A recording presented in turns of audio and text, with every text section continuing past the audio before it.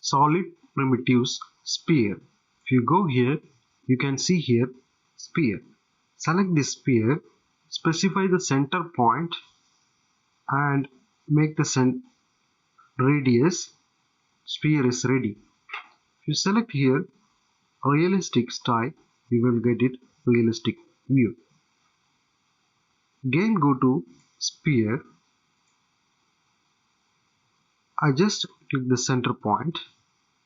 You can give the radius or diameter. If you need diameter, you have to select here, or you can give the value of radius. I'm going to make the value of radius 300 units. Enter. Now 300 radius sphere is ready. Now I go to make a small rectangle. Few rectangle I just make it for. Now go to the sphere, select this 3 point.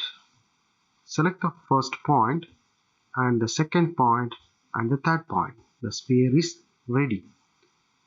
Go to sphere again, select 2 point, click the first point, click the next point. The sphere is ready.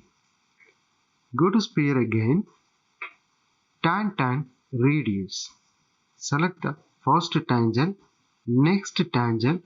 What is the radius? I just make here 450. Enter. Now this is the first tangent, next tangent, the radius what we given, the sphere is ready.